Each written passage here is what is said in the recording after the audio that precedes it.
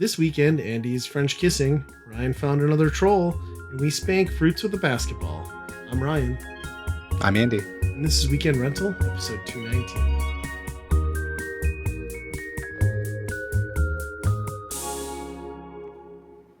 All right, hello everyone. Welcome back to another episode of Weekend Rental. We're inching closer to the holidays here. Went into an Arctic fury the last couple of weeks since Andy and I recorded, but now we are back in spring apparently. Has it been beautiful there for you? Yeah. We went from a bunch of snow to 20 below to 40, 45 today. Yeah, it's pretty nice. Pretty great. I took a few days off last week around my birthday, which was perfect to time it with all the snow we had. And then also, perfectly timed with like the 5 days leading up to when I was going to close on the sale of my old place, which meant that to not be an asshole, I had to go over there and shovel all that stuff. And yeah, super fun. It was a ton of snow to move over a couple days. I don't know, like I heard Minnesota got like 8 to 10 inches. I'd guess we got like 5 to 6 over those couple days. Yeah, we probably got about 8, maybe 7, 8, I would say. And then what I lived on top of that was like we closed last Friday on the sale of my home, and I get a call from my realtor the morning of the day we're closing at like 10 when the other guy's supposed to be closing on the sale.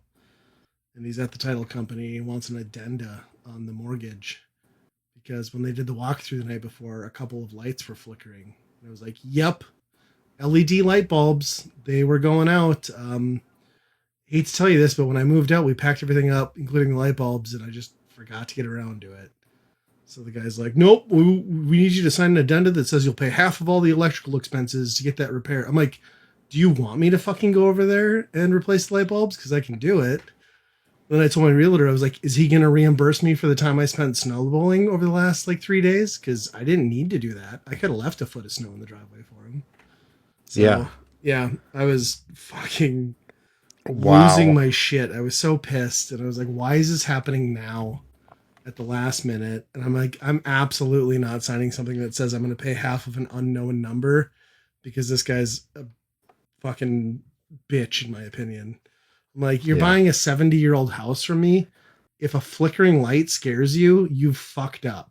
Like, the amount of stuff that you're going to have to learn how to deal with is big. So get a hammer, get a screwdriver, and get some YouTube under your belt. Yeah.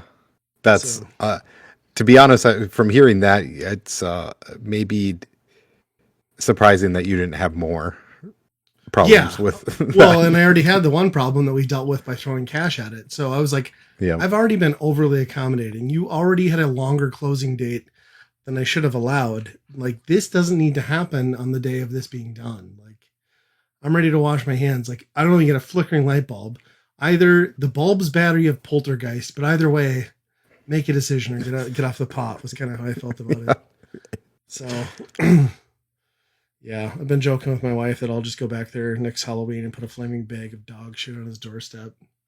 My dad's like, well, that's a good idea, but why wait so long? He's like, because I want him to feel relaxed. Like, I want him to think he's comfortable and out of the woods. And then I'm just going to, well, pow, So, but I went through. He sucks ass. It pissed me off so much. And then, got the sale done, got our check. Made more than I thought we were going to make off of it, which was nice. So. Oh, yeah. Could have made even more, but whatever. It's fine. We made enough. So yep. I'm so glad to have that behind us and just have one house to focus on, because anyone who owns a home knows that maintaining one's more than enough headaches. So yeah, come back. I did that for like a year and a half. Right. Come back in 2 weeks when the next thing explodes in my current home and I'm bitching about it. But, we did have a flickering light bulb in the kitchen tonight, and I thought about emailing the realtor and asking if we could do a retroactive addenda on our purchase. Like our realtor was like explaining the situation to me, and I'm like, I bought this house and we moved in and I flushed the toilet and it flooded my bathroom basement. Like, I didn't ask for an addenda. Like, the plumbing pulled out of the wall from one of the showers. Like, at some point, if you're buying a house, you gotta nut up. Like, I'm sorry. Yep. Yeah. So that was exciting. Yeah, that is. It's good to be done with all that stuff. Yeah, yeah. It was an unnecessary last minute headache that I think had he just had a realtor who had his head out of his ass, could have been avoided. Like, dude, if you're selling houses to people, like a flickering light bulb at the end of the walkthrough is the least of your worries. So, Yep. but yeah, it was still nice. I had a few days off and did some stuff around the house. My kids and wife gave me that Lego Game Boy kit for my birthday, so that was pretty sweet. Once I finish putting together all this mess behind me, if you're watching the video, I'll assemble that and put it somewhere in the game room here. But getting closer. Yeah, that thing looks pretty cool.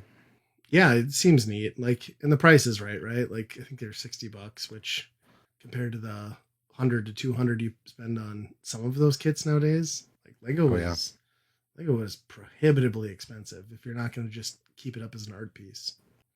Even the NES one now goes for like $500 if you want to get that nuts. Again. Yeah, I should have bought that at MGC that one year when that guy had like that damaged box one for like 160, but I also knew that I probably was never going to put that together. So yeah. My wife is very much into the flowers and decorative ones. Yeah. So we hosted Christmas here for my side of the family. We ended up with like 40 some people here, which was that's a lot. Good that we have the space now. Yeah. But her thing was that she wanted a centerpiece for every table. So it was lots of different Lego little flowers or arrangements for centerpieces. So yeah, that's cool. Yeah. I mean, if you've got them, why not use them, right? You're right. Yeah. I've been very tempted to buy that Love Park one just because of like the nostalgia with like every skateboard video I watched growing up, you know, where that was demolished. Yep. But yeah, the flower ones are very cool. What I can't get over is like how many like pop culture ones there are that I would love to have. Like there's so many cool like Harry Potter and those different things, but like, man, like the price point is like $240 for like the most basic shit. It's just like, this is very nostalgic, but also detrimental to my wallet. So, and the flower ones, we even went range, right? Yeah. Well, and we even went to the there's that kind of newish store in Fargo there. Oh, the pedophile one? Yeah. Like the brick store? Oh, I don't know anything about that part. Yeah, he's a pedophile. Yeah, but go ahead. Yeah, I wouldn't shop there. Okay. I know now. I will not go there again. I don't know if he's registered, but he was involved heavily. Like, it's not great. Okay. Huh. Yeah. Yeah. Well, anyway, that, you would think like, oh, used Legos, right? Because that's kind of what the deal in. But those end up being more than what they were brand new anyway. So the whole thing is kind of because it's retired or whatever. I don't know. Yeah, it's like once they're out of like circulation, like even those like old ones from when we were kids, like the space sets and stuff, those go for like a ridiculous amount of money. Yeah. It's crazy. I did not bring my kids in, so that's good. That's good. Yes. That's the right choice. Yeah, I just read an article on him like 6 months ago where they're like, everyone was writing in, they're like, you do know he's like a pedophile and like has a registered offense and he owns a toy store. Yeah, and he owns a Lego store aimed at children, but yeah. Pretty sweet. But he's still in business, so I guess whatever. If you're ever wondering what who holds the bricks together, it's not cement. Yeah. Well, the Game Awards happened since we last recorded. Yeah. Apparently Claire Obscura is like a really good game, I guess. Yeah, I'm going to talk about that later because I really played that a lot. Oh, okay.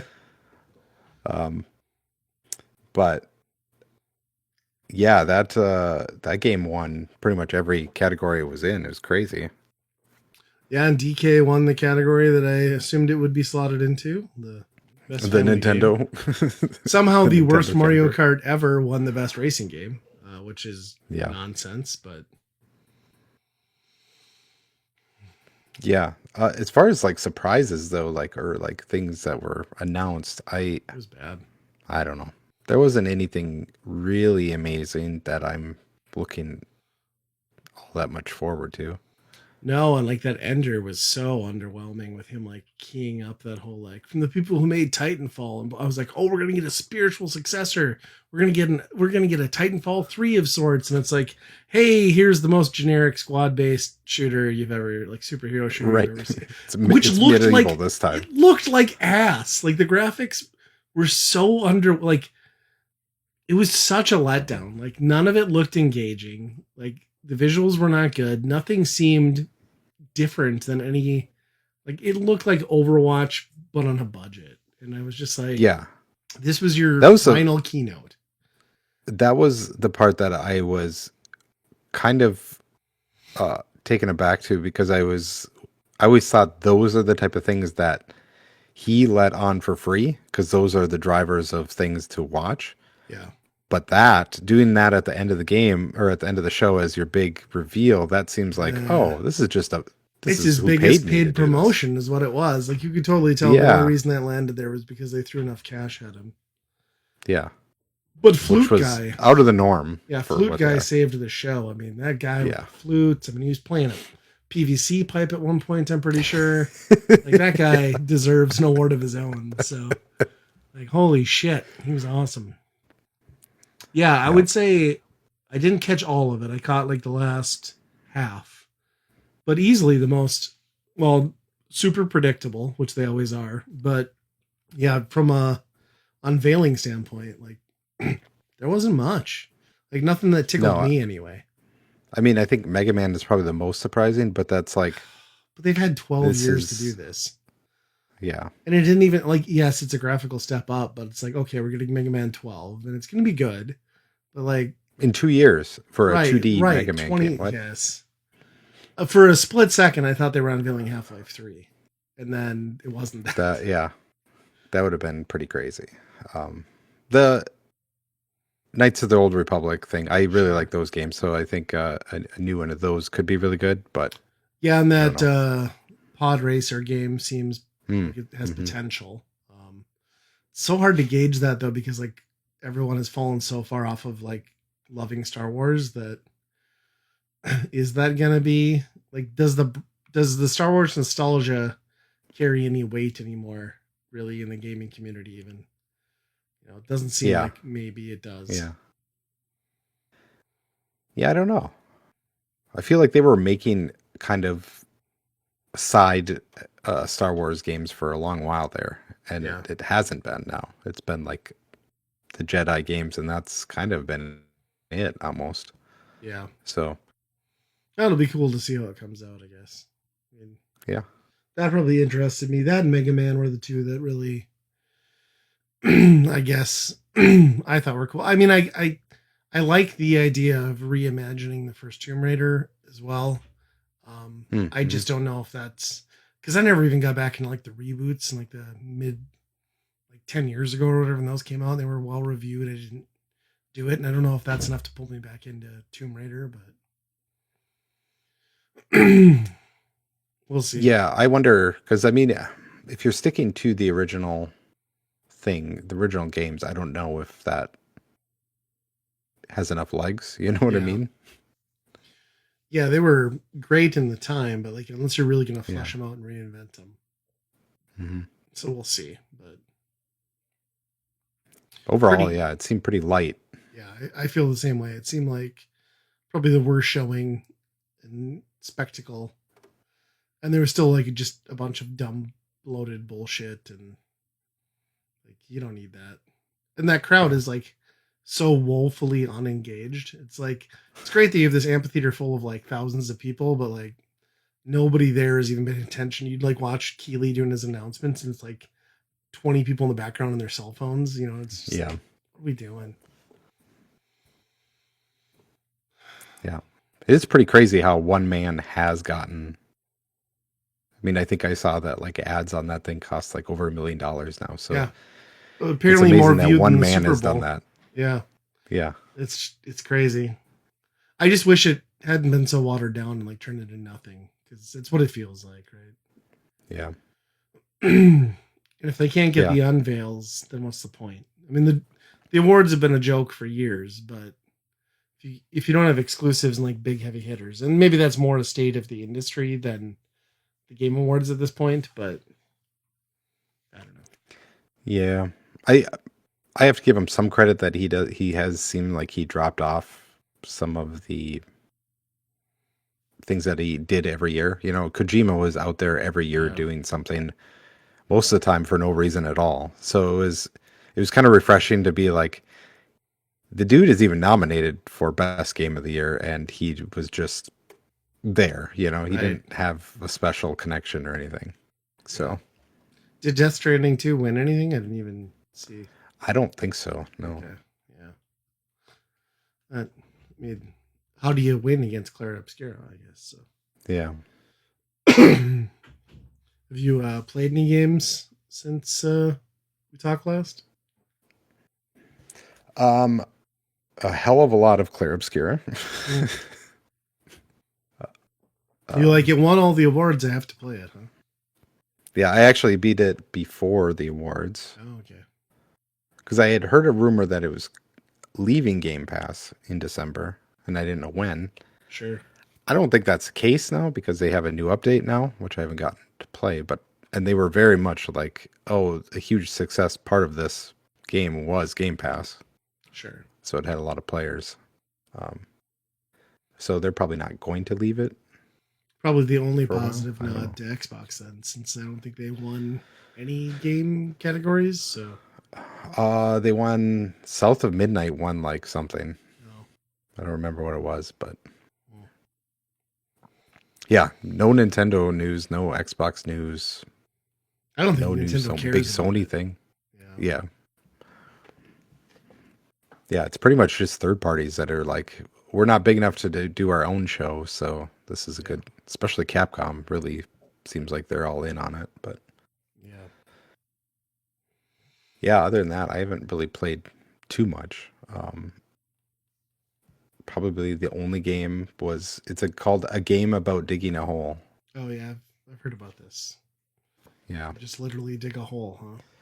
hmm And then you sell the rocks and ores that you find to upgrade your shovel, and then so you can dig faster and dig deeper You were and just stuff like like, that. now that we've wrapped up,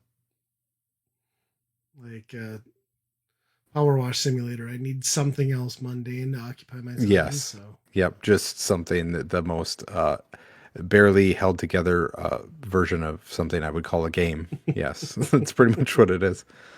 Um, I For how people have talked about that game, I've heard a number of people bring that game up. It's like only an hour oh, okay. till you beat it. So it's kind of surprising because there's a lot of other games that are just like that. I mean, they have the same basic feedback loop, right? It's Sure. just Is there um, no like sweet payoff at the end where there's like a twist? Like you just literally dig down to the end, or there's kind of a twist. okay? Um, Because this game always it's reminds me of. Did you ever play Motherload back on like Newgrounds and stuff? Where it was like a game where you were on oh, Mars and you had a robot and you were just digging for ore, which seems like the objective of the game until you get far enough along, yeah, which is only about an that's hour, and then you burrow through a cave and you're fighting Satan. Like, and then you're like, that wow, this sounds is a completely familiar. different game. So I Yeah, just it assumed you does would fight have a Satan. twist kind of like that. It's Okay. not Satan, but it's something kind of like that. Okay. But it's Cool. only like it really is only like 5 minutes, if that, Sure. and then you're at the end of the game. So Well, that's cool. I could see giving that a shot. That's on Game Pass, right? yeah, Yeah. I thought I saw it hit that, and I was like, well, maybe. Especially if it's only an hour run. So, what happens when you beat it? Like new game plus, you just start over, dig a new hole, or is it just done? I think it's done. Yeah, I don't. And even like the amount of times you upgrade, because I mean, obviously it's only an hour that or so that the there's not many times that you upgrade even, so it doesn't Sure. even feel like you're really doing too much Sure. in the span of that. So, not worth your time, maybe if it's not on Game Pass. Yeah, I mean, I can't imagine it's very expensive anyway. Yeah, This seems like a $2, $3 game yeah, anyway. I would imagine. I don't know, but interesting. Yeah, the only thing I played in between, I picked up Prime 4. I also decided that I should shell out for a Pro controller since I never owned one for my Switch. I was like, well, I bet it's better than the third party controller, so I'll buy that. And like, I mean, don't get me wrong, that's a nice controller, but $90, like, just buy 8-bit do and just that's like yeah, $60. It's gonna be just as good. So it doesn't yeah, turn on your Switch too. Who gives a shit? You know what I mean? yeah. It weighs an extra pound, so it feels a little bit heftier than like Yeah. Well, and the it's other even ones, but fairly light compared to the I would say the original Switch Pro, but yeah, yeah. I got like I'm probably 3 hours into Prime 4. I've been meaning to get back to it, but like yeah, I would say reviews on that are about right. Like it's at its best when it's making you feel nostalgic about the original entry in the Prime series. It doesn't maybe do enough to modernize Metroid in the way that I would have liked. So a lot of the design choices feel needlessly like input heavy for like opening gates or doing a certain thing. The visuals are very good. I'm only playing in performance mode, so I went for 1080p at 120 frames, which I thought would be better for a first person shooter. It's gorgeous, like especially like when you context it in like this is a first party Nintendo game more or less, and like I'm seeing like actual humanoid figure. Like it's very weird in that sense, but I don't think that like problematic character that everybody's bitching about is that big of a deal. Like he's more just like inconsistent chatter for the most part once you get past his opening scene. Um, but I think it's equal parts like beautiful, nostalgic, and outdated at the same time. Like it doesn't quite like it's not a system seller in the way to me that like Bonanza was like is a completely original like reinvention. This is just a solid continuation. Like I think it's better than Prime 3. I'll give it that.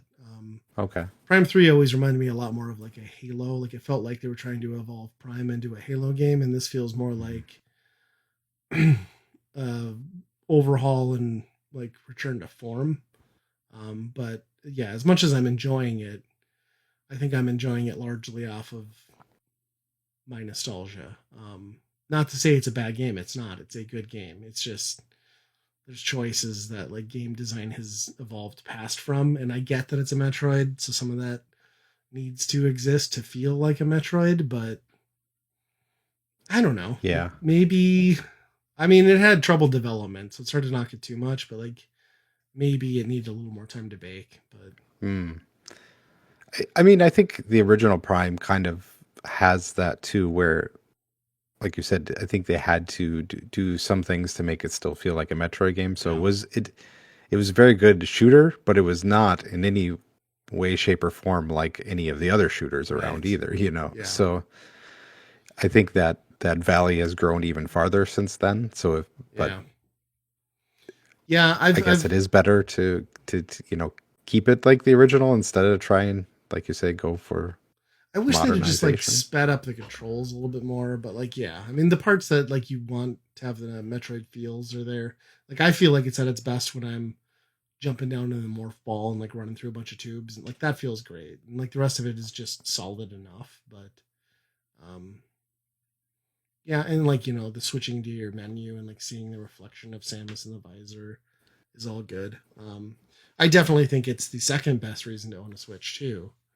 But I'm not going to pretend it's this like 10 out of 10 masterpiece either. I think it's very good and I will get my money's worth out of it. But I kind of had like slightly higher hopes for like, I guess how it would feel as a first person shooter. It's still like, it controls great. It's beautiful. The movement, like the world, like it's all what you want. I just wish it felt snappier, I guess, is kind of my main takeaway. Yeah.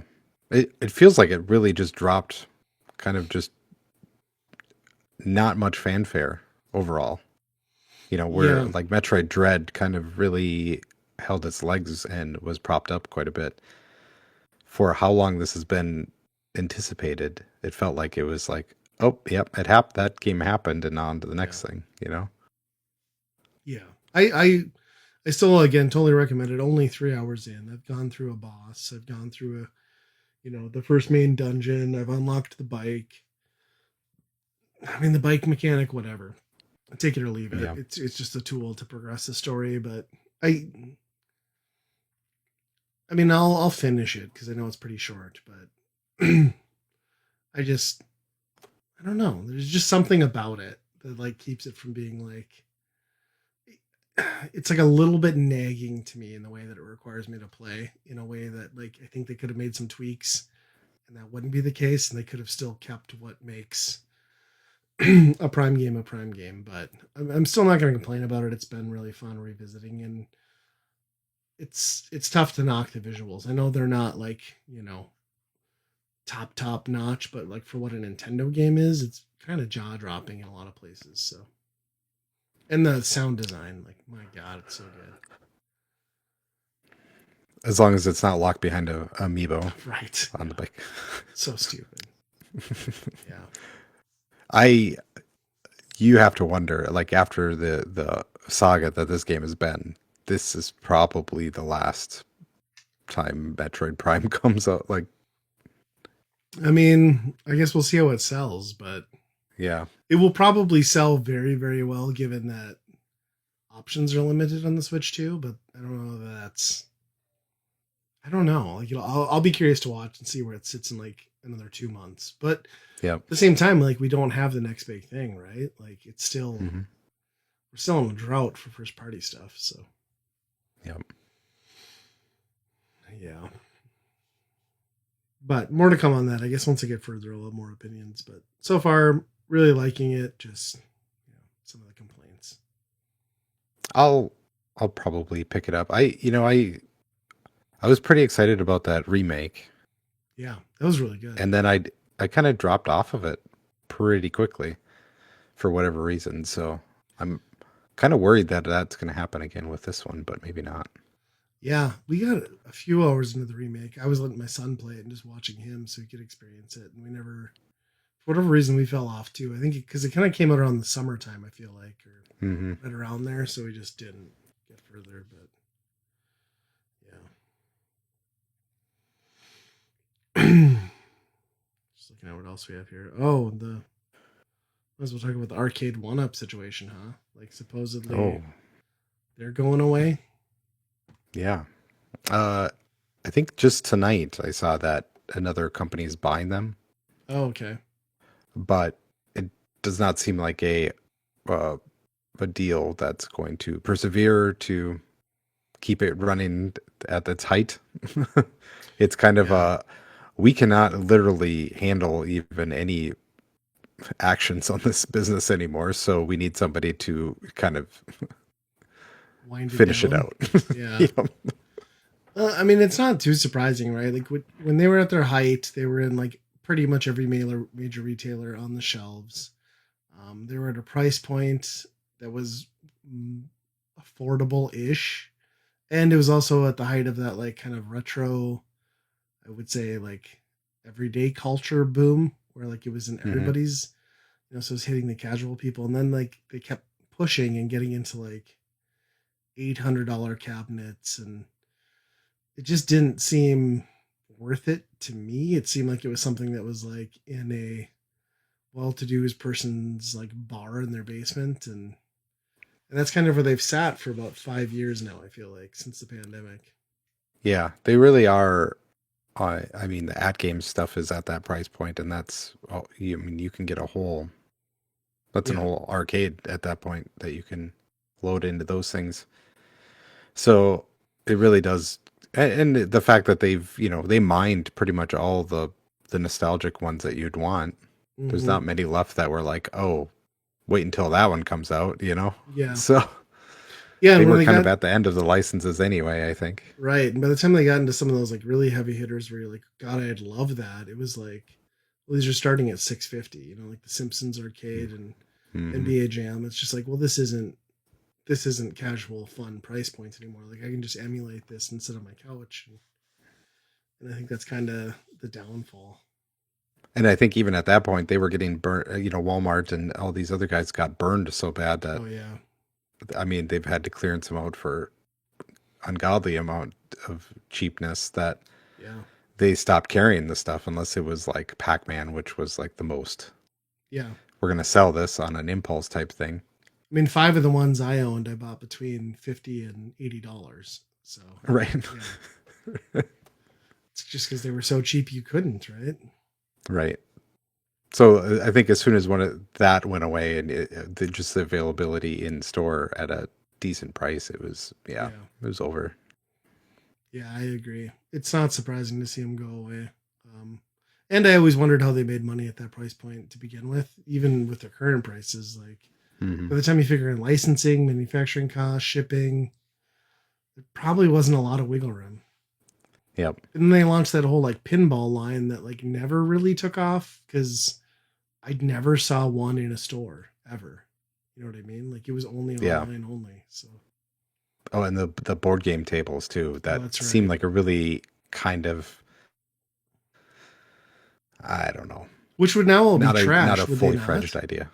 Yeah, I Because think like that's those all a cloud required, thing. yeah, those all required like a server, which they're garbage now. So, and even like NBA Jam with its online leaderboards and crossplay, like that's all gone. Hmm. So, it's really like that first to second wave will be functional, but this a lot of the features of the other ones will not. So, I am interested in seeing if there is a clear out yeah, somewhere. Amazon I just saw before we logged on has started marking some of them down significantly. You can get the two-player Okay. NBA Jam for 400, and then the Pac-Man and Ms. Pac-Man like Ultimates are down to like 230, which is a pretty steep Hmm. discount from like the 500 they have been at. So Yeah. I would like one with a lot of buttons so I could convert it over yeah, to a main cabinet. But I wouldn't mind a cocktail one like you have, and just like putting the chip into it and modify it. So mhm. yeah, Yeah, we just brought that back into the house and been playing that again. nice. I still have to get my arcade arranged in the basement, so that's on my list of things to do here the next week or Mm-hmm. so. So first off is getting everything else out of the garage so I can park in there. But we're getting there. Yep. Yeah. Well, I haven't played many games outside of that, but I've been watching a lot of movies. So I mentioned the birthday and the time off. And conveniently, my birthday fell on the Tuesday that we got like a ton of snow here, right? So I was like, well, got the day off. What the hell are we going to do? Like, being on the road isn't smart, even in town. So we happened to drive by the movie theater, and it was like Tuesday, so it's like the cheap movies or whatever. So I'm like, well, what's playing? And Predator Badlands was still there. So I went and saw that because it was like $10 for us to go, my wife and I. Um, that is a really good movie. Like it really continues on the trajectory that Prey did. It's nice to see a Predator movie back in like the sci-fi like offshoot realm. You know, Prey was really cool for what it was, and like bringing a historical, like more down to earth aspect. And this carries a lot of some of those fundamentals, but it brings you back into like a unknown world, futuristic, like somewhere off in space vibe. And it kind of becomes like almost like a buddy thing, right? Like the Predator has never done before because he hooks up with like an android, and they traverse this like planet to try and take down this unkillable monster together. And it's very good. It's very good. There's a lot of humor. They're kind of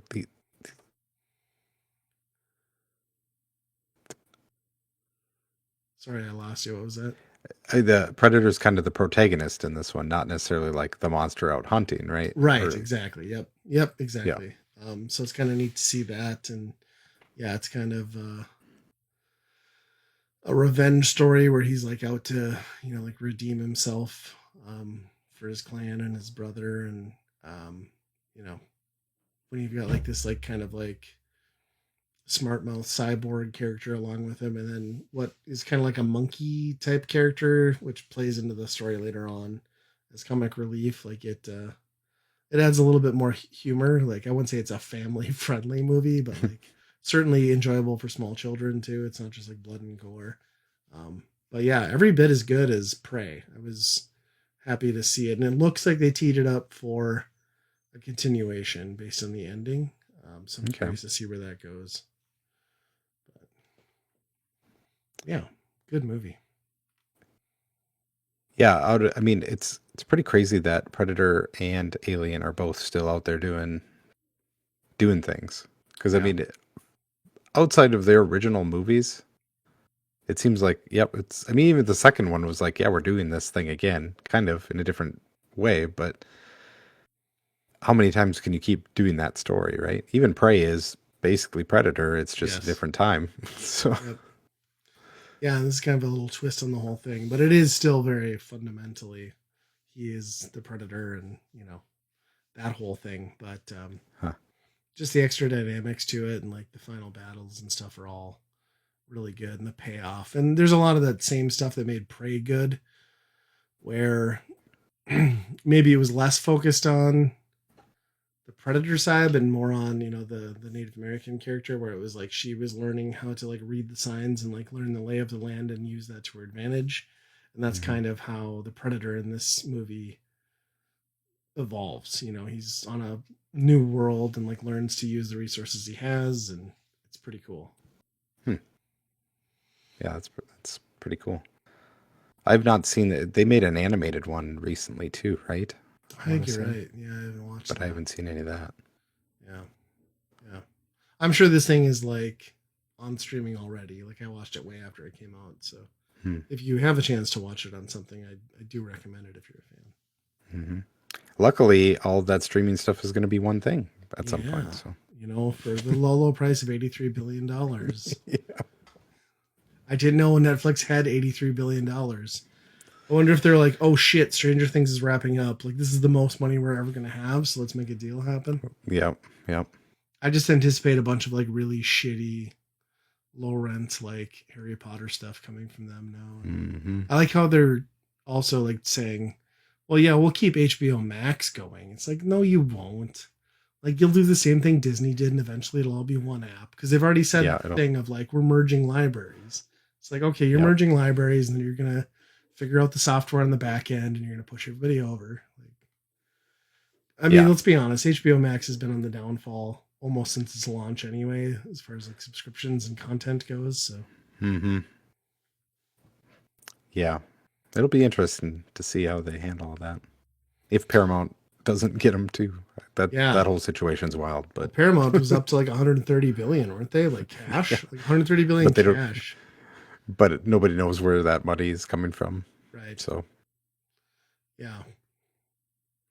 Yeah, I wonder if they won't use that too as a vehicle to maybe like spin off some of their like Netflix original movies to like limited theater, because like a theater run these days is 2 months, right? Like yeah, so outside of marketing, there's probably very little cost to Netflix having a high profile movie and putting it on there in theaters and then like routing it to their streaming service 2.5 to 3 months later. So yeah. Well, especially after something like K-pop Demon Hunters, where they're oh like, right. "Oh, we screwed that one up. We should have had Yeah. that in the theater Yeah, first." for sure. And I did see where Stranger Things, the final episode is going to be in theaters. Hmm. Yep. Very limited too, so pretty cool. Netflix will just buy the theaters. Then it's all then. Yeah. And instead of mailing discs out to stream stuff on your game consoles, just send you like a chip that you just like hammer into your skull, and you just have Netflix everywhere you go. So yeah, I'm curious to see how that works out. Like, I mean, Netflix is obviously like when you think of streaming, they're the platform, but I also feel like that's been a very diminishing scale, right? Like all these streaming platforms, like everything's diluted the water so much. It's such a big investment from them. I just hope it's worth the gamble, I guess. Yeah, they seem like they're the most consumable. Yeah. Where it's just like the stuff comes out and then you just consume it and then it's gone Yeah. to me. But so them, handling the reins of some of the biggest properties is like, Right. oh, this could be interesting. I did like how they were like talking about the games unit, you know, like Mortal Kombat and all this, and they're just like, oh yeah, Nobody cares. we didn't even put a price on that because it didn't have any value to us. Yeah, yeah, it's pretty wild. Be interesting to see where that lands a year or two from now and like what that looks like. Hmm. I mean, like Warner Brothers is such like a nostalgic company in the world of like media, like films and TV. It's just like Netflix owning them feels odd. Yeah, But I guess it's all not too surprising, right? In the streaming era we live in. I mean, with Disney owning like virtually every other company under the sun. So hmm. at least they can't give us It'll still come down to Mickey Mouse and Bugs Bunny, I guess, in the right. end. So. Yeah, it's true. Very true. And at least they can't give us like three shitty Star Wars sequels. So we don't have to worry about that. Yeah, So yeah. they don't Yeah, have that yeah, IP. well, Harry Potter is definitely going to be I am mined to very death, I'm sure. concerned. But Yeah, they're gonna milk that thing, right? Because like, what's that new Harry Potter series coming to? Was it HBO Max? Is that where that's landing? yeah, I think so. Yeah, I And they'll think so. bring that over because they have to. Like that's the Yeah. cash cow, and they have nothing else. Like there's not a Stranger Things on the horizon. Like that seems like their biggest bet, if I were to guess. Yep. Yep. But yeah. I see you've seen an even better movie though. I did see another one. What was it? Oh, Troll 2. I watched Troll 2, which is I think they're Netflix exclusives, at least in the US, which is the sequel to Troll 1, which, if you're not familiar, is basically just Jurassic Park, but in Norway, and instead of a T Rex, it's a troll. And this is the same movie, and also like Jurassic Park, but instead of one troll, there's two trolls, and instead of destroying Oslo this time, they destroy Trondheim. Oh, this This okay. is not So this is Trolls 2, yes. no, and it's not even Troll 2 from Oh no, yeah, the the really bad oh one. my god, they're eating my friend and now they're gonna Yeah. eat me. Yeah, no, this is a new release. Okay. I think Troll 1 is a very good, like, I don't know, like there's a lot of Scandinavian content on Netflix. And Troll 1 is a very good movie that very much like plays on the tropes of like Jurassic Park with like the water in the cup and stuff. And this is the sequel, and it's virtually the same movie. It's just that there's a second troll. And yeah, like I said, instead of destroying the capital city of Oslo, the fight is taken to Trondheim, a little further north in Norway. And it's fine. You know, it's voiced over. You know, it's not in English, so there's like Yeah. some stuff that seems a little weird, but it was entertaining enough. I'd say Yeah, maybe just watch that's the first one and leave this alone. But if you're curious, watch both. sure. It it is pretty crazy how many international stuff they actually do have on there. Yeah. Yeah, like that. Yeah, it's got like what seems like a fairly large budget. I mean, there's like some heavy CG and stuff that looks pretty good. Pretty small cast, which I'd imagine is part of keeping costs down. But Hmm. yeah, I don't know. I enjoyed it. More Huh. trolls, more fun. Think they'll make another one then? Maybe Troll 3, Because it three seemed trolls. yeah, is they would be the first one, right? I think there's probably three of the Trolls movies at this point. Oh, the new trolls ones. Yeah, Yeah. yeah. I wonder if like troll lore spans across all of Scandinavia, where it could be like an international thing, where it's like a Norwegian, a Finnish, and a Swedish troll, like all fighting it out for like supremacy of, you know, the Nordic region. That could be Oh, cool. that would be good. Yeah. So are they like really they're huge or not? Oh yeah, they're giant. Yeah. Yeah, they find them inside like mountains, and they're like, I would say they're like taller than a city skyscraper or half as Sure. tall. I don't know. They're huge. So, and it's the whole. There's a lot of lore in both those movies, which is prevalent. I mean, I think I've talked about it on the podcast. I studied abroad in Norway, so I lived there for 5 months, 4 months. It's very prevalent discussion, which you find in Norwegian culture, which is um, disdain towards Christianity and like how it destroyed their underlying beliefs and like so it's that sort of thing where like you ring the church bells because the trolls hate the sound of the church bells from the Christian church, and like it weakens them, and like it's Oh kind of wow. funny. Huh. Which like out of context seems odd, and like they're taking a jab at well, which they are taking a jab at Christianity, which I think Christianity is actually like the like government endorsed religion over there now, but like Christianity was like what wiped out old North mythology. So they take shots at that a lot throughout these movies, which I find kind of funny. So So Thor has a problem with Christianity, in other words. yeah, the gods are not a big fan. Yeah. The Yeah. the Viking rulers and stuff. So yeah. So They thanks, Christians. That's why we don't have trolls now. Come on. they kind of had a problem with that raping and pillaging part, I think. Oh, details, Andy. Details. You could have a troll as a friend. Like, what's a better trade-off? Yeah, yeah. They're pretty entertaining. Like, just stupid, like big monster movies, which is what something like that should be. There is one. It might still be on Netflix. It was called Troll Hunter, and I honestly think that's like the best of all these. Where it's like a guy. It's almost like he's like a rogue like X-Files agent or something, like where he's just dedicated his life to like hunting out and like documenting and eradicating these different species of trolls, and like that's also a dubbed over movie, but like very entertaining in its own right, which is probably a better film than these. So I think in that one, like a troll gets rabies of some, well, not rabies, but like some sort of equivalent, and he just goes on like a killing rampage and like destroys everything. Where this guy's job is to like keep them in their troll holes, pretty much.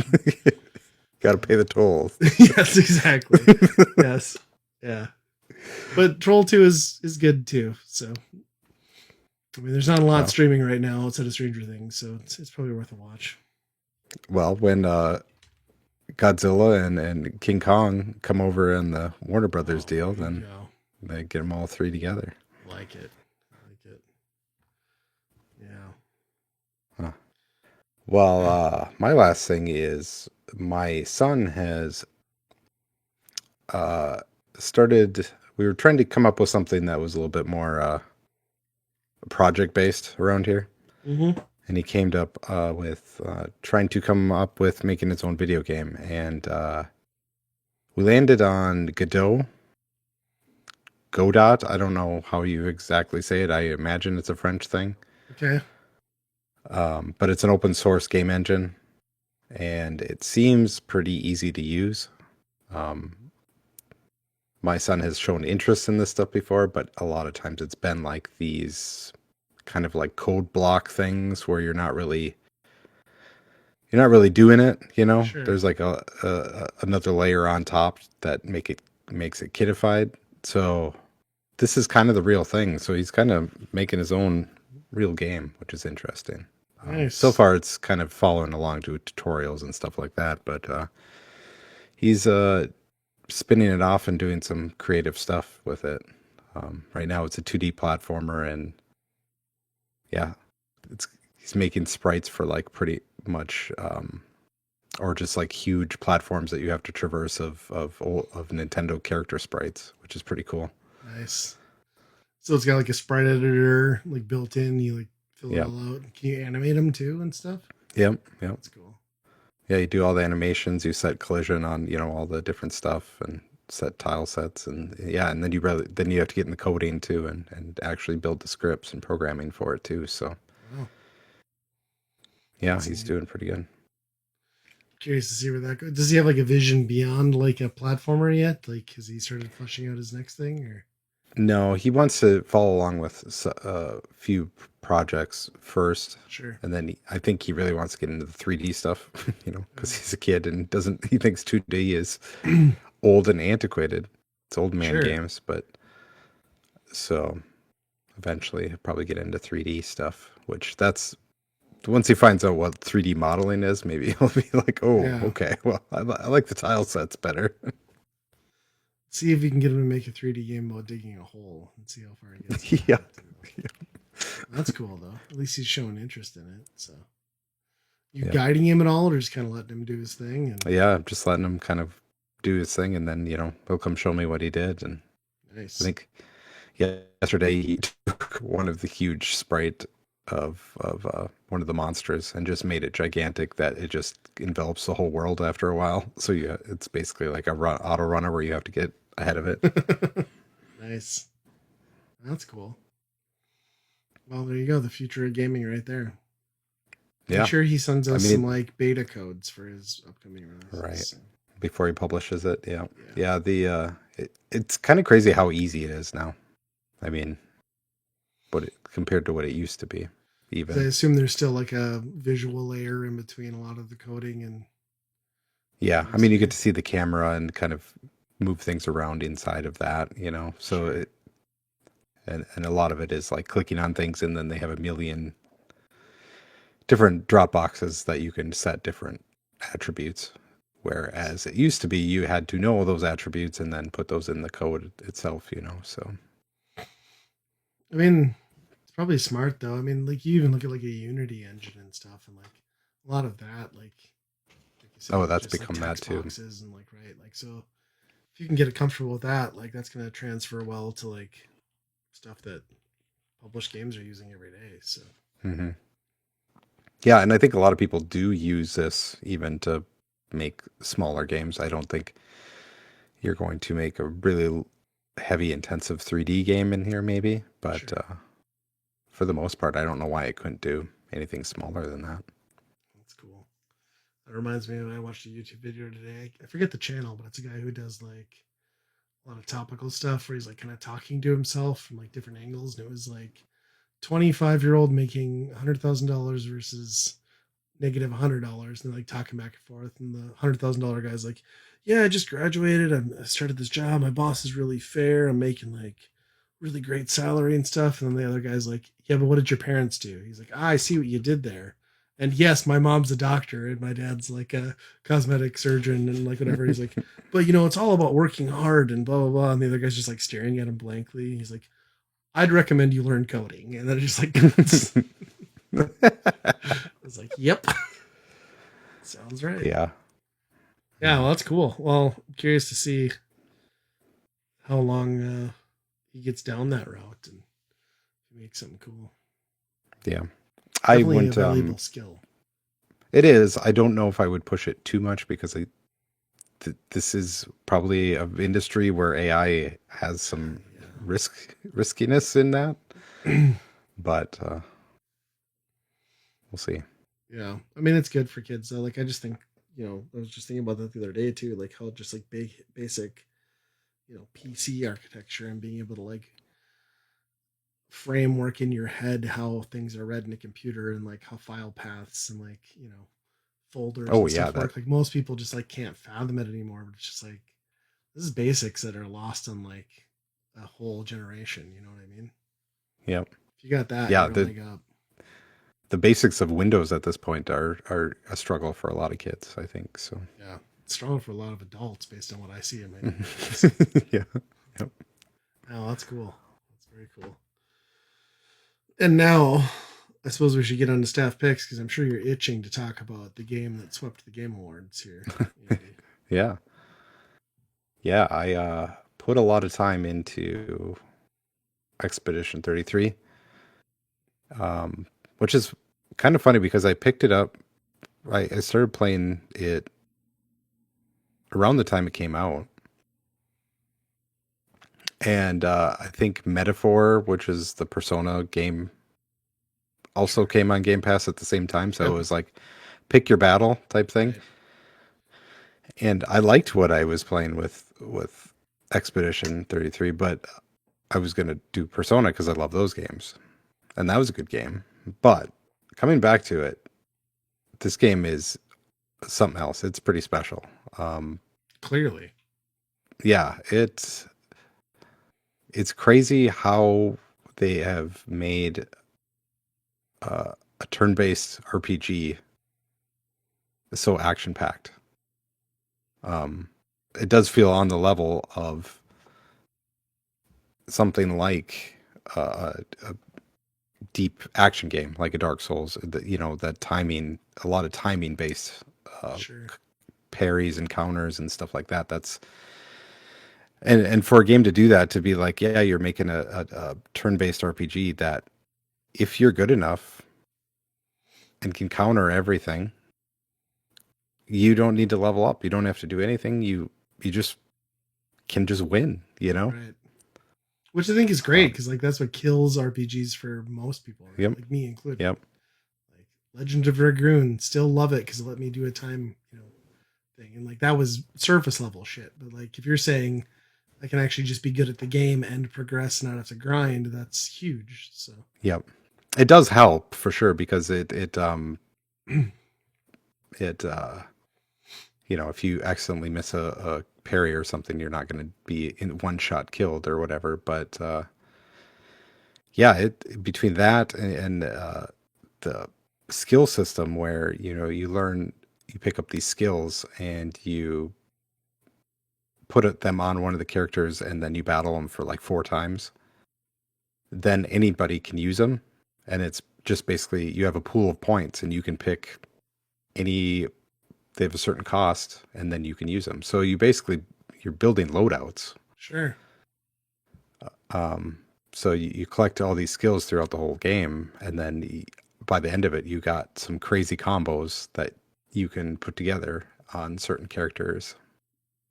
And yeah, and those are collectibles too. So like you go around exploring, finding those things, which is pretty rewarding, I would say. And And you finished this, you rolled credits. yep, yeah. I don't know how many hours I played for, probably many, many hours over one weekend. Because it really pulled me in, and also I thought it was leaving Game Pass. And definitely had the hype going into the Game Sure. Awards that this was probably going to be the runaway hit, right? And yeah, it is something. It might be the best RPG I've ever played, Wow. which is saying a lot. And then there's really no bad aspects to it either. I mean, the graphics are very good, and the music is amazing, and the gameplay is great. It's just like across the board, the story is really, really good, and you know the twists and turns that makes are really shocking, actually. Um, Even for to pull something off in a story in a video game is hard to do, and they do pretty well for that.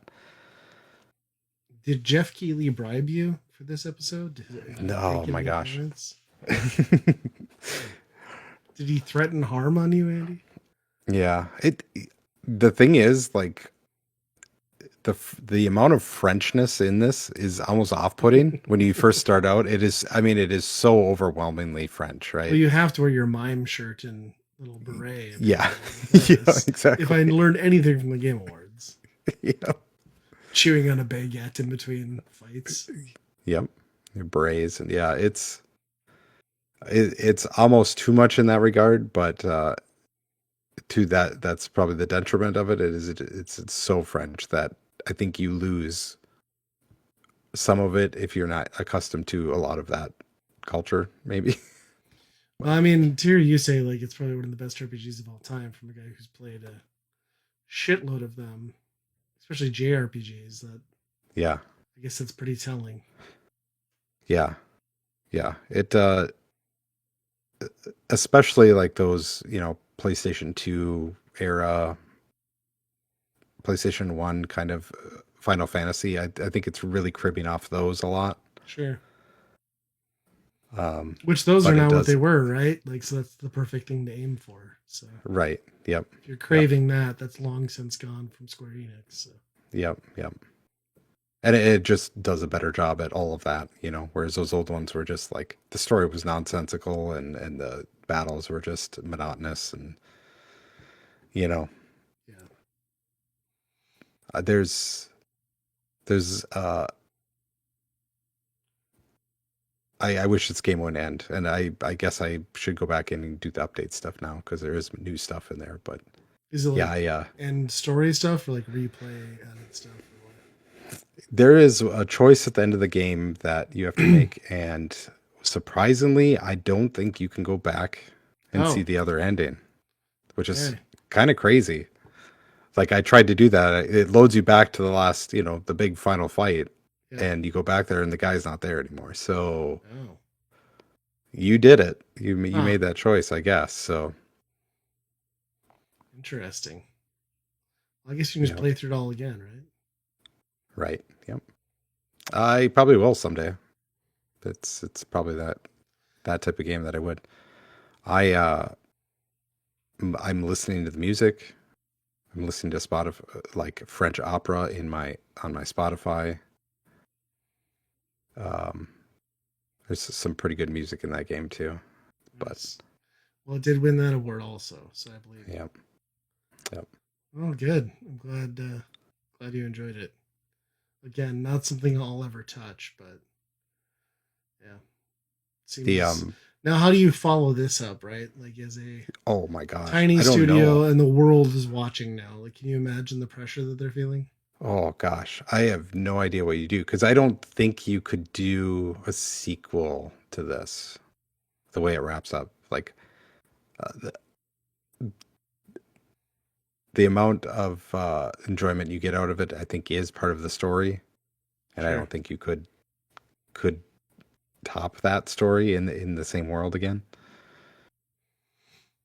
Um, Maybe but they'll yeah, I don't know. wait 20 years and like re-release it in 5 chunks that all cost $60 a piece Hmm. on Hmm. multiple platforms. So An MMO. there you go. Yep. Yeah. No, it's cool. It's cool to see a small studio do something that apparently has that much impact. Yeah, I don't know how they. I mean, obviously they had more help than the original. They were saying, "Oh, we're 30 people." It's like there's no way. Like you look at the credit, there's a lot more people there, Sure. but it is not a AAA studio either. Which, Right. in some regards, I mean, it's a lot of times even the graphics they outdo what Wow. AAA is doing. So What is like the art style? Is it like Final Fantasy ish? Is it like pseudo real or do they go for. yeah, it's pretty realistic. Yeah, Okay. yeah. Nice. Nice. Well, mine, again, I'm failing on the gaming front, but I watched another movie that I wanted to talk about. I found this on my Plex server. And it's called Freaky Tales. I have no idea what this is streaming on normally or how this came out, but it's sort of like it's set in Oakland in like the late 80s, and it's like somewhat music focused for the time. So it's not one movie, it's like a movie based in a weird Oakland universe that's like a 4-part chapter that follows a bunch of different people that then kind of wraps up. So you start out in like my era of the 80s, which is actually predating some of the stuff they're referencing, but it's like these punk kids who go to like a straight edge club, which is clearly just like um in that era of Gilman Street, and they're aping on that. Like they have like an Asian fronted Op Ivy playing and like that sort of stuff. Like they're trying to do a vibe, right? And that wraps up, and then you get into a story that's like based around like early hip hop and like rap battles and like that sort of stuff. And then it comes into a third act, which introduces Pedro Pascal. Tom Hanks also makes an appearance, Really? and that's Wow. probably like one of the coolest. Like it's the best acted. I would say my caution with Freaky Tales is that it is a very slow grind with not the best acting leading up to the payoff. But then you get to the fourth act and it all loops back together. And I'm not going to give away too much, but there might be a Warriors NBA player who's also basically like Super Saiyan Ninja who can like animate outside of his body and just like eviscerate people in horrible and wonderful ways. Um, yeah, and the KKK and like white supremacists are a through line throughout this whole thing, which was a thing in punk. Like, obviously, the skinhead movement and like, so it all kind of blends. it's a very rough.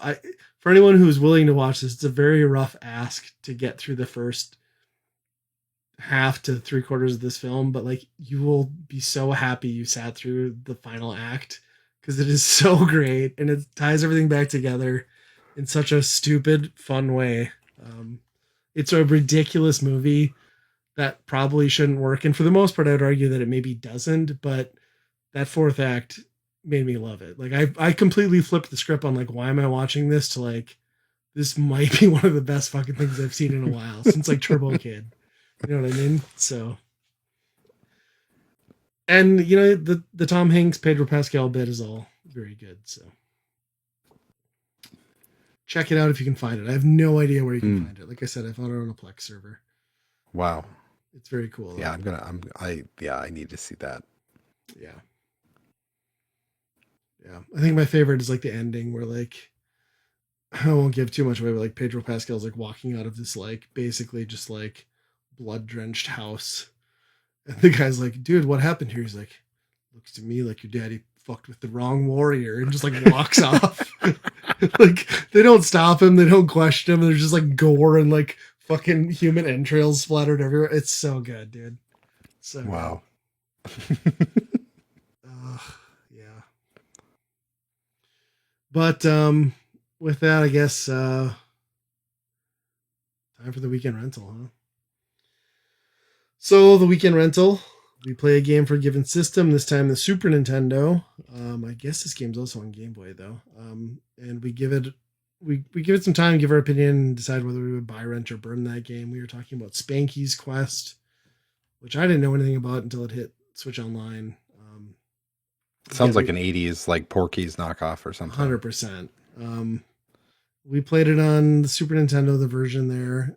This is a puzzle platformer starring a monkey presumably named Spanky on his quest. And yeah, I don't know. I think it's gotten a very like cutesy presentation. You're a monkey who fights evil fruit for some reason. The music is so-so. The visuals are so-so.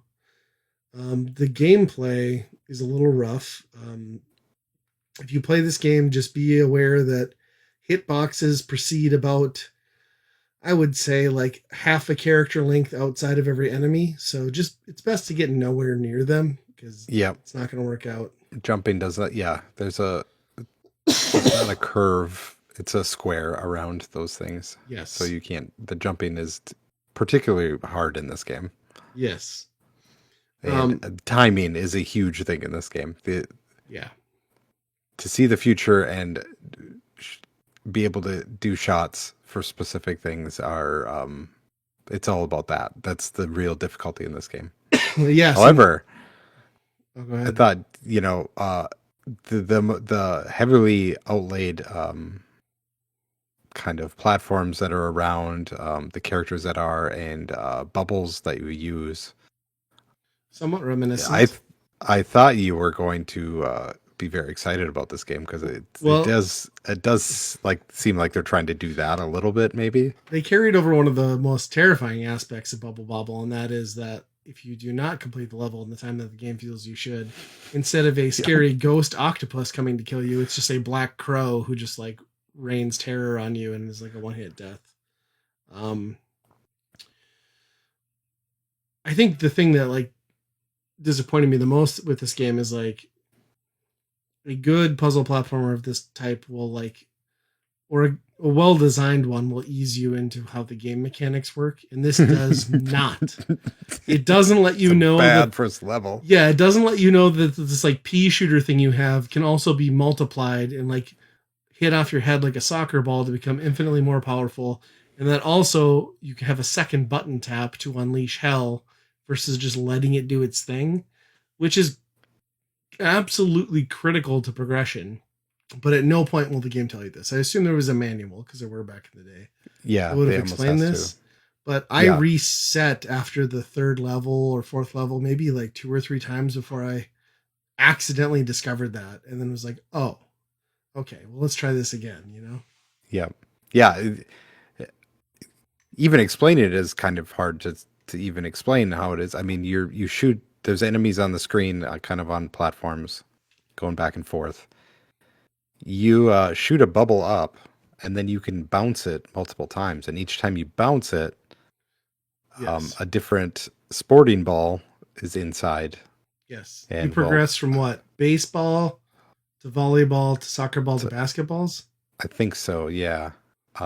And then when you decide to pop the bubble, then it rains down terror Yes. on all the enemies.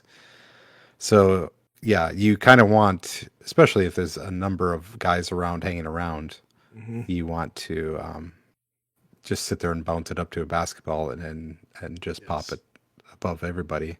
It's worth mentioning too that the bubble you throw goes in like a giant, lofting, huge arc. So in a platforming game where everyone's coming directly at you, that is an impossibility without ample timing and patience, I guess. Yeah, yeah. I find this game is best when you are using it as a puzzle to find out how to get above or below an enemy Mm-hmm. to be able to control your shot and time it that way.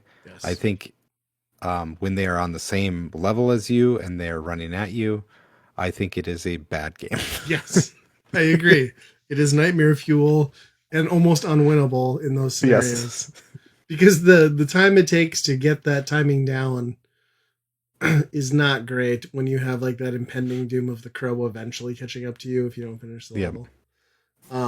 It does all start to click though. Like as much as I was like initially very turned off by this game, and I was like, I don't think this is it. You know, like when it started clicking, I was like, oh, there's something here, right?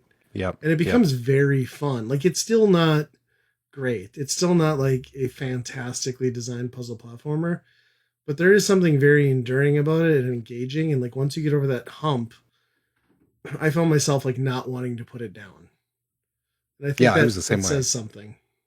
And the boss battles even ratcheted up Yes, even boss more battles. where it's, find their pattern, but also try and kind of like bounce this ball a few times in the middle of Yes. it too, Cheese them So before it, they get to it, right? yep, yep. Yeah, Yeah. I had the same exact trajectory where the first few levels, especially that first one, was really rough. Um, I arguably I think that's probably the first level is even when you know what you're doing. I think that might be the hardest one in the first 10 Yeah. levels. And that in the third level with the springboards was the one that through Oh trial yeah, and error I learned how the bubble worked. Like that was like because I yep, just couldn't win it. Like I was just like I don't know what I'm doing, and then that happened and I figured it out. yep, And this is sort of like for listeners like this is sort of like a Krusty's Funhouse sort of game where like you are looking to collect keys to get in the door and progress through the level. So like it could vary. You might need one key, you might need two, you might need four. But that's what you're looking to do in each level, and then get to the door and get out before the time's up. Um, but they continue. I mean, I obviously didn't get hours and hours into this game, but they continue to throw new mechanics at you. Like, they'll have enemies working levers to like shoot fireballs out of the wall. They'll introduce like hmm a cannon that just like launches you across the screen. It's all pretty interesting and evolves in a fun way. Like it doesn't fundamentally change what the base gameplay is, but it changes how you platform in kind of clever ways, I think. yeah, yeah. I think so too. And the uh, the different kinds of enemies too really start. Some of them are a pain in the ass, but Yeah. a lot of them are still kind of fun as a different type of challenge. I would say Mm-hmm. that they keep adding, which I don't know they're in cans sometimes. They Yeah, spawn from a can. I don't really realize. I don't know what triggers it, but right. That first level where they introduced the cans, like I just assumed they were background fodder. And then they start shaking and things start exploding out of them. I was like, oh shit. Like, yeah. I don't know what Spanky did to piss off canned produce, but he made him mad. So yeah, yeah. And outside of the key collecting, there's very little to go out of your way for. There's like some coins you can get, but I'm not sure what they did. And then you points. get some extra life things, but it's I think mostly just if as you straightforward. the coins, if you blew a bubble into the coin, it gave you basketball right away. Oh, okay, that's what it was. So it I never was tried kind of a that. power up. What do the hats do then? I Just don't fun know. to wear? I don't know. Yeah, sometimes it's top hat and a sombrero, and yeah, I don't know what they Yeah, do. army helmet. I'm not sure. Yeah, I don't know. Like, it's tough to know what to think of this game. I think there's definitely something there, um, but it is definitely rough around the edges. Like overall, just like presentation, the, it's funny because like most games, the kind of floaty jump and like horrible hitboxes would be a detriment, but because it's a puzzle platformer and the rules stay the same, like you just learn to work in that environment. So it's Yep. bad game design, but it's bad game design you cope for pretty early. Um, but like, yeah, it definitely lets you know that this isn't like a fully polished product. Yeah, it really does change how I played it to the point where, I actively tried to avoid being in a situation where I needed to jump over somebody. So Yeah. I would be like, oh, there's a guy down there. I need to be on the platform above and take him out with a lob Yep. from above. Yep. For So it sure. really changed kind of the trajectory of how I was approaching a level. I am curious how the sports theme like came into any of this though. Yeah. Like, why balls? I don't know. And how'd they come just out of a bubble that Right. you know, Doesn't make any music is sense. not too bad. Yeah, it's I serviceable. wouldn't say it's amazing, but it's pretty good. I read something on Wikipedia where people are like, "Well, it's notable for its amazing soundtrack." And I was like, I mean, I thought it was fine, but like, I wasn't humming any of that stuff. So, but It's not like apparently, Bubble Bobble where you'll hum that song oh for yeah, the end of right, time. But yep. Apparently, yeah, this dropped like I think same time like Game Boy, both of them in 1991, and I don't know. It's interesting that I've never heard of it because it's not a bad game, but I think probably when you look at the Super Nintendo and that cover art, it just seems like every other generic platformer. Based on hmm if you're walking through the video rental aisle or the Toys R Us, like you wouldn't look at that and be like, yeah, that's worth my $40 or whatever back then. no, you wouldn't have thought that this would be that type of game either. Yeah, it's definitely one of those like hidden gems though, where you're like, all right, if I was 12, I definitely would have sunk a ton of time into this because like it has that loop. So there's Yep. something Yep. there. And I think it does.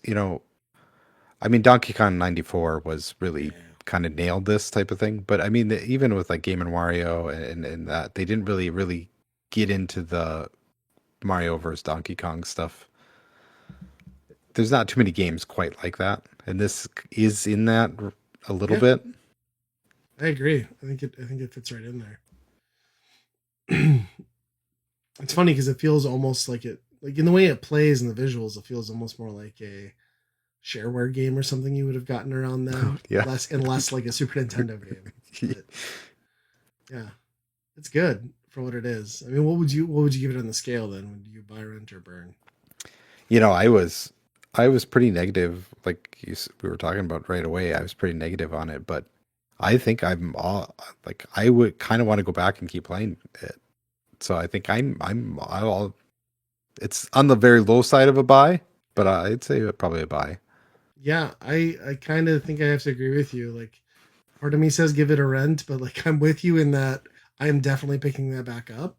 Um, so I think it is a buy too. I mean, it is by no means a 10 out of 10, but it's a good 7 or 8, which is better than 90% of everything else, right? So, Yeah, I could see this. I could foresee having some crazy bullshit mechanic that's introduced that would completely ruin this sure. game, but Yeah. I haven't seen it yet. Yeah. This seems like a game that's like ripe for a limited run like collection with a new like 3D adaptation sort of, you know what I mean? Like a Snow Brothers type bullshit. Limited Run did Oh they god, of reprinted course this they game. did. Of course they did. God damn them. Why do they have to ruin everything that's good in the world? Uh, Ugh. On physical cards? yeah, I think. Well, at least the Game Boy one, I think they did. I don't know about Super Nintendo, but Oh, wow, that's too bad. I have to imagine the Game Boy one's pretty similar. I mean, you don't do this type of thing on a Super Nintendo and then radically change the Right. design for something that would work on a Game Boy too. Right. And just dumb it down the levels a little bit and Yeah. tone back the sprite work. That's funny. I didn't even know that. Well, it's a good hidden gem though. We haven't had one of those in a while, so Yeah. I guess that's another episode though. Yeah, most of the time the stuff that you see added to um, Nintendo Switch Online, where it's like Jalico and well, this is Right. Natsume, and in this case, it's like, Yeah. well, okay, It's a perfection like first party title or dog shit usually. There's no like yep, winners that generally count. yep. But yeah, this one was pretty good. Um, and I was kind of worried that first level, I was worried that it was more like a mappy style game, Yeah. that, It and it did seem was like that. it it does not end up being that, but yeah, Sega loves Mappy though. It's got to be a great game. It's on yep, every compilation ever. yep. Yeah. Well, uh, if you have played Spanky's Quest, we'd love to hear what your thoughts are at weekendrentalpodcast@gmail.com. If you've seen the porno named Spanky's Quest, we'd also like to hear about that as well. But we have a movie podcast on the Geekade Patreon network that is locked away behind their Patreon. But the good news is you get a lot of better stuff probably Early throughout that. releases. Yeah. Yep, yep. So check that out. Till next time, be kind, rewind.